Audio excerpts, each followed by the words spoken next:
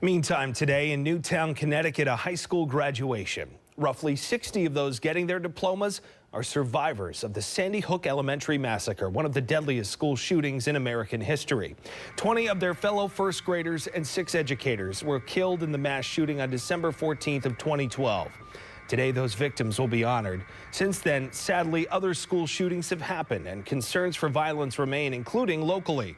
A recent CBS6Albany.com poll found 44% of those who answered feel they're extremely worried about the possibility of a school shooting occurring at their child's school. We've spoken to Max Schachter several times in previous Crisis in the Classroom reports. His son Alex was killed in the Parkland, Florida school shooting in 2018. He's now an advocate pushing for greater access to school violence data. For the Sandy Hook survivors like Max, the day their lives changed forever remains with them. The shooting was kind of like our most core memory growing up. And I think that took away a lot of the joy that we could have experienced when we were 6 years old. And I can't really remember many times before the shooting. Not only should parents have access to information, but school districts and the leaders that are trying to make decisions, you know, in Albany. How are they able to make decisions based on funding and school safety if they don't know what's happening inside the schools? That student you heard from, Grace Fisher, hopes to become a civil rights lawyer after college. A recent Pew Research survey found 59% of K-12 teachers say they're somewhat worried about a school shooting, including 18% who are extremely worried. On Wednesday, several dozen students who survived one of the worst mass shootings in U.S. history graduated high school. They were first graders at Sandy Hook Elementary School, where a gunman murdered 20 of their classmates and 6 adults. The new graduates tell how their lives have been shaped by the tragedy and how they're determined to keep massacres like it from happening ever again. It is bittersweet, you know, knowing that they should have been there. Matt Holden is among the more than 300 Newtown High School graduates. Today, they'll be missing the 20 classmates who aren't celebrating with them. This is such a monumental day, and we all can feel what we've lost. It's been nearly 12 years since a gunman entered Sandy Hook Elementary School, killing 20 first graders and 6 educators. The horrific memory still so vivid in these seniors' minds. We just heard popping and popping, so the loudspeaker came on with our principal, Don Hawksprung, telling us to get to our safe spots. When we heard the phone drop, which was something I'll never forget. And then we made it to the firehouse where we lined up by grade, and immediately we saw the chunk of our grade that was missing. CNN talked to a 6-year-old Seaver weeks after the shooting on her first day back to school. What do you think you're going to do today? You don't know? Excited to see everyone? Back then, Seaver didn't know how the tragedy would shape her life. Now it's more clear. She wants to be a therapist. I want to help give back to people who either are struggling and went through, you know, an act of violence with a gun, or people who just need help in their normal lives. Seaver, Holden, Walsenack among a group of Newtown seniors who are now activists. Last week, meeting with Vice President Kamala Harris to discuss gun violence. It is so frustrating. You know, you turn on the TV or you scroll on social media and you see these kids now and you say, now they're like me.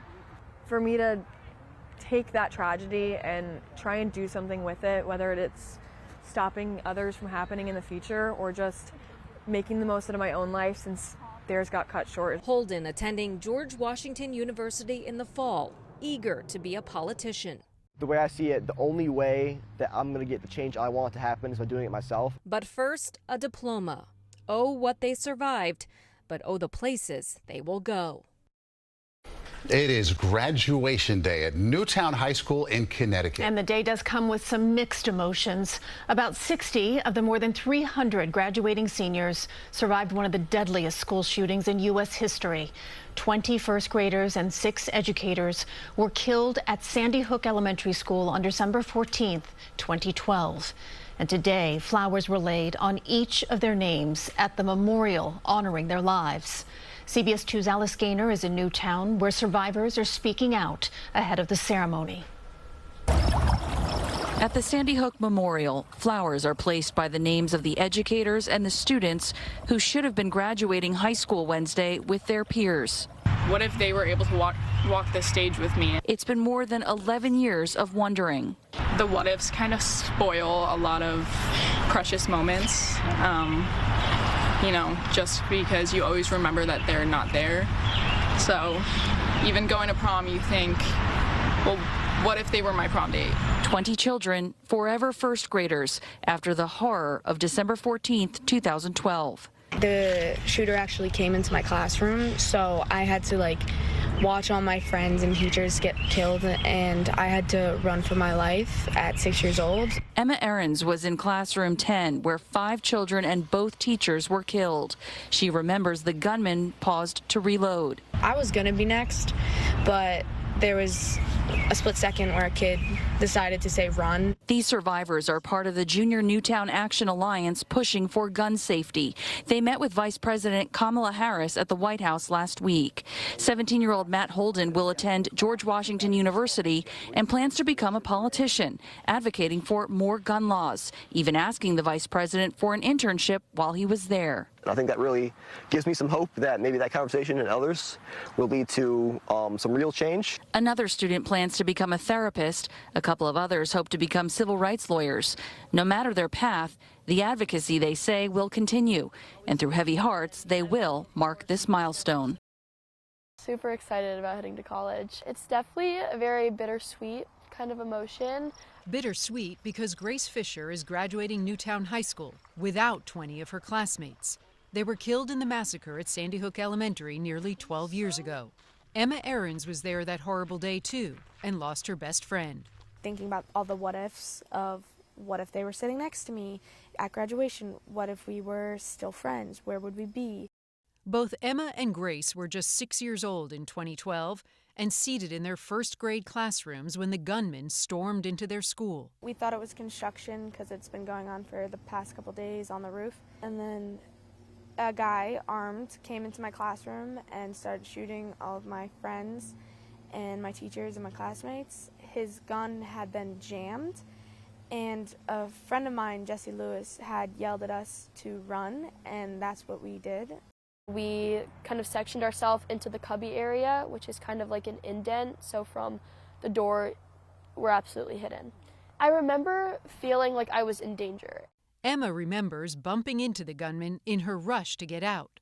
The boy who yelled to her and others to run, Jesse Lewis, was fatally shot on the spot. You believe he saved your life? I do, I really do. In the hallway right by the main entrance, there was chairs in front of the office, and under the chairs were people. Because of the force of impact of the bullets, they were blown under the chairs.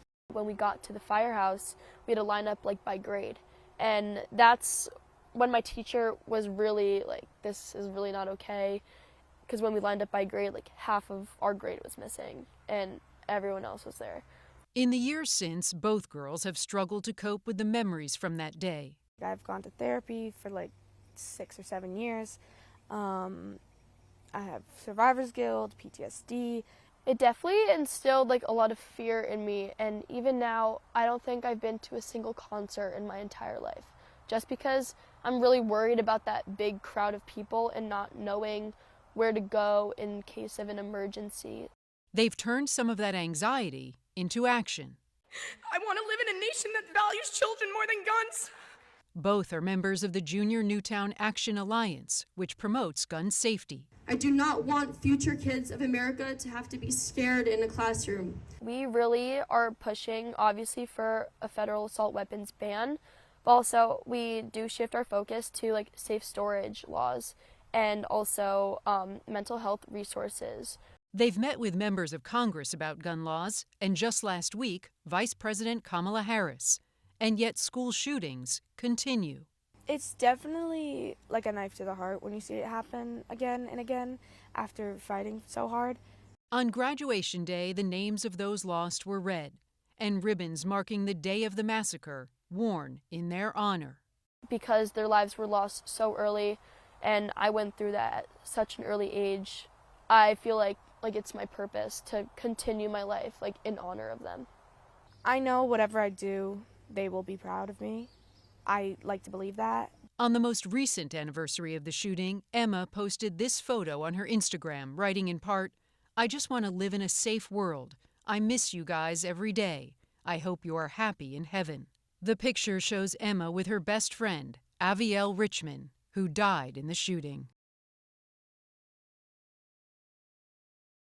We are still kids, so we do as much as we can to enjoy ourselves and still live our lives while still carrying the memory of those we lost with us. It's hard because, you know, you have these big moments in your life, things that are supposed to be solely exciting, but they get clouded by this in a way that we want to be remembering our friends and we are going to keep them with us, but it's also something that we wish we never had to deal with. Compared to some of our classmates who can go to Sandy Hook, our memories of elementary school are really empty, blocked out, massive parts of it.